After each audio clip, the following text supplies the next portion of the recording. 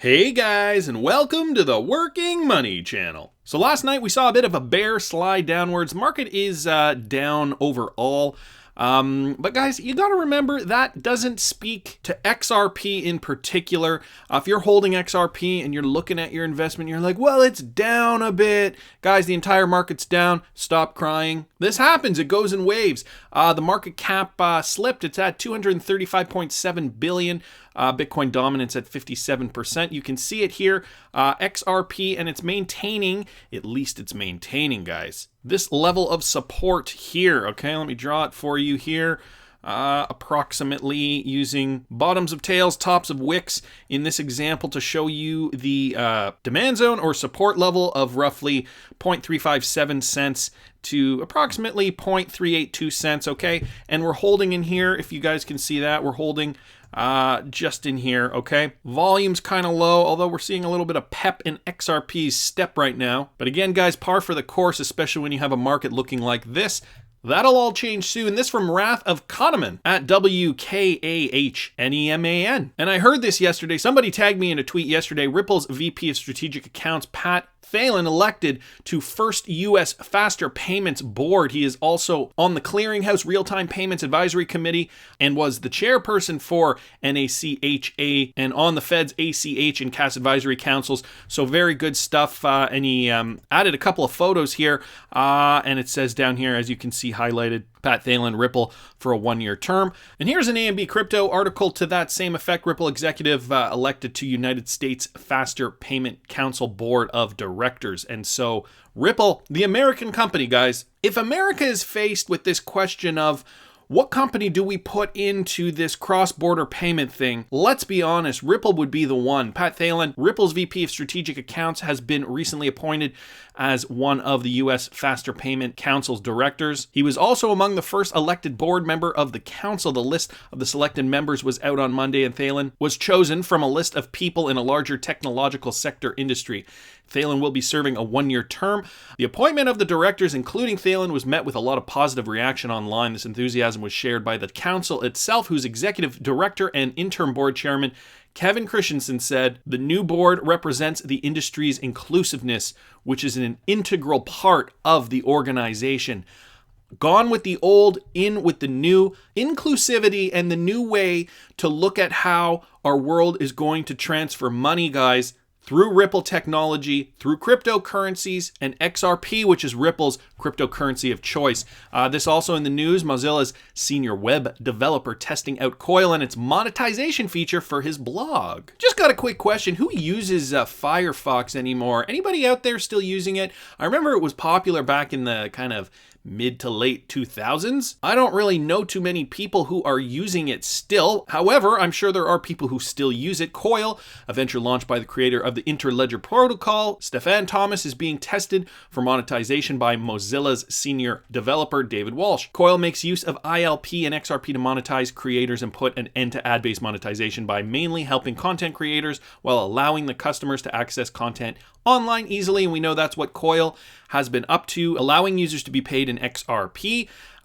So another good step for the XRP ecosystem. But guys, sincerely, let me know in the comments if you still use Mozilla's Firefox. I'm interested to know. Oldest Thai bank, SCB Thailand, launches Ripple's payment service, but XRP to integrate soon. So another bank, Thailand's oldest, SCB, integrating Ripple technology. However, XRP is not being integrated as of yet. It will be integrated soon, and I have a feeling that it's not because they don't want to, but they probably just can't at the moment due to regulatory uncertainty.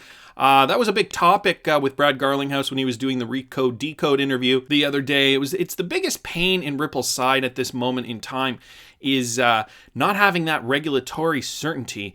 And I think as soon as that certainty is there, as soon as it kicks in, what we're going to see, it'll be the equivalent of, you know, that gunshot at the start of the race, the bang, and then the race is on. And Ripple is that gold medal athlete that will just push through the competition, leaving everybody in its dust because they have done the planning, they have done the work beforehand, they have made the partnerships, they have made sure that all the people of the upper level, the big ups, the people that matter, the people at influential organizations understand what they're doing and aren't scared to use the cryptocurrencies that have just been regulated. So it's kind of a bit of a multi-phase situation that we have to see. Nevertheless, let's keep going here. Ripple officially announces new remittance corridor from Saudi Arabia to India. So another corridor being opened. We know there are a lot of migrant workers from India who do work in Saudi Arabia. It is close proximity-wise. And so cross-border payments are important for that specific corridor in the East. And guys, I link all these articles in the description. You know, sometimes I like to go over some of them in more detail if I find something a little more interesting. But ultimately, I do like to touch on the news. I don't like to dwell on it if it's A, been covered before, or B, if it's just more of the same. So I do link all the articles in the description. You guys can always find them there if you want to read them further. This, though, Bitcoin. People's fears about crypto are based on misunderstanding of underlying technology, claims Andreas Antonopoulos. And this is also true. Brad Garlinghouse did mention this in the Recode Decode interview. You know, people's perception has changed quite a bit. It used to be Silk Road, illicit drugs, murder for hire, you know, use Bitcoin to pay for anything illegal that you don't want to have traced. But now things are changing, okay? We're on the dawn of almost a new decade, the 2020s. And this decade, the 2020s, will bring change to the financial world. I can almost guarantee it. Sam I Am did a video yesterday, a live stream. Guys, if you're not following Sam I Am, he's to the lifeboats on YouTube, and he talked about this from a certain riddle that was decoded, and it's the 9th high-level conference on the international monetary system. Again, this is just the one, or the 2-minute synopsis where he talks about Augustin Carstens and this gentleman here, and how prior to the interview that Sam shows on his stream here, he wasn't very warm to cryptocurrencies because I'm sure of all the former negative news, right? The same thing that Andreas Antonopoulos is talking about, the misunderstanding, the misnomer of it being used for negative purposes. But as Sam mentions, he has changed his tune. But who is this guy? Why is it important? Well, he's a Mexican economist who has served as the general manager of the Bank of International Settlements. Okay, he served as government of Bank of Mexico, and along with Christine Lagarde, was one of the 2 final candidates to become the managing director of the International Monetary Fund. So this guy's got quite an impressive resume with regards to banking and the financial world on an international scale. He previously served as Secretary of Finance in the cabinet of Felipe Calderon, as Deputy Managing Director of the International Monetary Fund, as a Treasurer of the Bank of Mexico, also one of the 50 most influential ranking in Bloomberg Markets magazine. So right now works for the Bank of International Settlements. And as you can see, there's this interview he did here, and I'm just going to synopsize it for you guys, just to kind of give you guys a sense of what he said. So keep in mind, he did change his tune.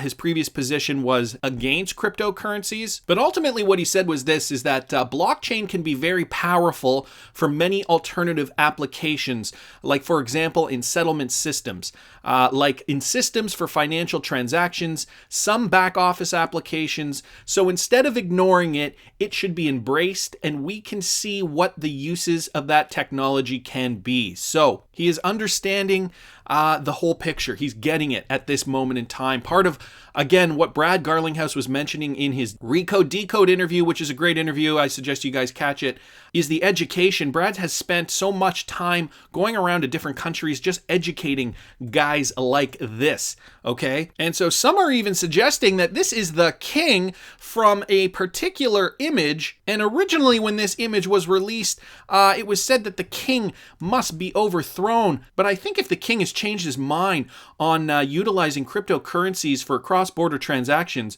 wouldn't that be just as good? 6 of one, half dozen of another, but I want to hear what you guys think. Please subscribe to the channel if you haven't already. Like the video if you like the content I'm providing. I always love hearing your comments. See you in the next one, guys.